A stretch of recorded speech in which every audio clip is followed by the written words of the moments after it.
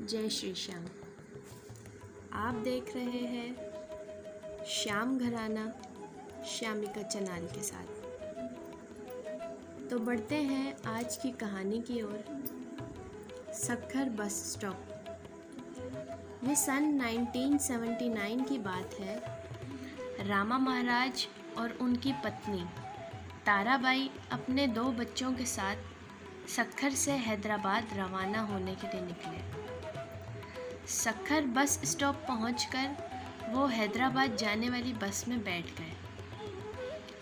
कुछ देर उस बस में बैठे थे, तभी 3-4 आदमियों ने आकर उन्हें कहा कि ये बस हैदराबाद नहीं जाएगी, जो सामने बस खड़ी है वो हैदराबाद जाएगी।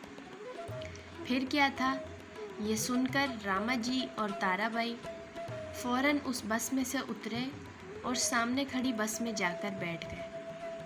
असल में वो आदमी और कोई नहीं बल्कि ख़तरनाक डाकू थे। अब रामा महाराज और ताराबाई तो ये नहीं जानते थे, लेकिन उन डाकुओं की नज़र ताराबाई और रामा जी के हाथों में पकड़े सामान पर थी।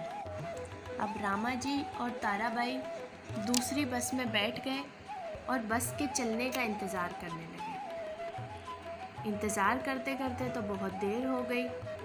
अब रात हो गई थी। अब रामा जी के बहुत बार बोलने पर ड्राइवर ने गाड़ी चलाने का तो इरादा किया, लेकिन उस वक्त रात के 1 बज रहे थे। बस में रामा जी और ताराबाई के अलावा 15 आदमी और बैठे थे, लेकिन वो सब के सब डाकू थे। ड्राइवर बस को जंगल के रास्ते से ले जा रहा था, जिस पर ताराबाई बहुत ज़्यादा डर रही थी और बाबा श्याम को याद कर रही थी। इतनी देर में एक डाकू उठा और ताराबाई के कंधे पर हाथ रखकर बस का शीशा बंद करने लगा। यह देखकर रामा जी को तो बहुत गुस्सा आ गया। उन्होंने उस डाकू का हाथ अपनी पत्नी के ऊपर से हटाकर उसे धक्का दिया, जिस पर उस डाकू ने कहा कि इस आदमी को तो बहुत गुस्सा आ रहा है। जवाब में ड्राइवर ने उसे कहा कि आगे चलकर इनको बताते हैं। ड्राइवर की ये बात सुनकर सारे डाकू ज़ोर ज़ोर से हंसने लगे और सब ने बस में छुपाए हुए अपने अपने हथियार बाहर निकाल लिए। अब यहाँ पर गौर से सुने। इन सब डाकुओं को देखकर रामा महाराज तो बहुत ज़्यादा हैरान हो गए और ताराबाई तो अब बहुत ज़ोर ज़ोर से रोने लगी और बाबा श्याम को याद करने लगी और दिल में कहने लगी, बाबा श्याम हमारी सहायता करो, हमें बचाओ। अब ड्राइवर ने जंगल के बीचों बीच गाड़ी रोक दी। सामने एक झोंपड़ी थी। शायद इस जगह पर इन डाकुओं का बसेरा था। बस में से 4 डाकू उतरे और उस झोंपड़ी में गए।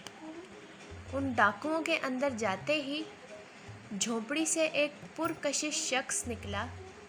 सफ़ेद घोड़े पर सवार, सुंदर पोशाक पहने हुए, हाथ में तलवार लिए बस की तरफ आ रहा था, जिसे देखकर ताराबाई और ज़ोर ज़ोर से रोने लगी और रामा जी से कहने लगी कि ये इन डाकुओं का सरदार है, ये मुझे उठाकर ले जाएगा और आपको और मेरे बच्चों को मार देगा।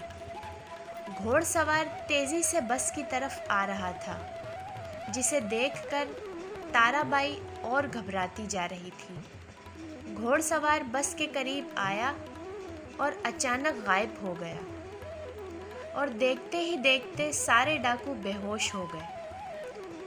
यह सब मंजर देखकर रामा जी और ताराबाई बहुत हैरान हो गए और जो 4 डाकू झोपड़ी में गए थे वो भी वापस नहीं आए। असल में वो घोड़सवार और कोई नहीं, स्वयं श्री श्याम जी थे, जिन्होंने ताराबाई और रामा जी को दर्शन दिए और सारे डाकुओं को बेहोश कर दिया। लेकिन बस का ड्राइवर होश में रहा और रामा जी को कहने लगा कि आप लोगों को कहाँ जाना है, एड्रेस बता दें। रामा जी ने जल्दी जल्दी अपने घर का एड्रेस बताया। ड्राइवर ने एड्रेस सुनते ही गाड़ी स्टार्ट कर दी और 1 घंटे में रामा जी और ताराबाई को उनके घर पहुंचा दिया। घर आने पर ड्राइवर ने कहा कि उतरो, आप लोगों का घर आ गया है। रामा जी ने हैरानी से कहा, क्या? ड्राइवर ने फिर और ज़ोर से कहा कि उतरो, आप लोगों का घर आ गया है। ये सुनते ही रामा जी और ताराबाई अपने बच्चों को लेकर जल्दी जल्दी बस से नीचे उतरे और तेज़ी से रोड की तरफ भागने लगे। ताराबाई अभी भी बहुत डरी हुई थी और बार बार पीछे बस की तरफ देख रही थी। और ताराबाई क्या देखती हैं कि सभी के सभी डाकू बस से नीचे उतरकर खड़े हैं और उन्हें बुत बने देख रहे हैं। घर पहुंचते ही रामा जी और ताराबाई ने श्री श्याम जी के चरणों में गिर गए और ज़ोर ज़ोर से रोने लगे।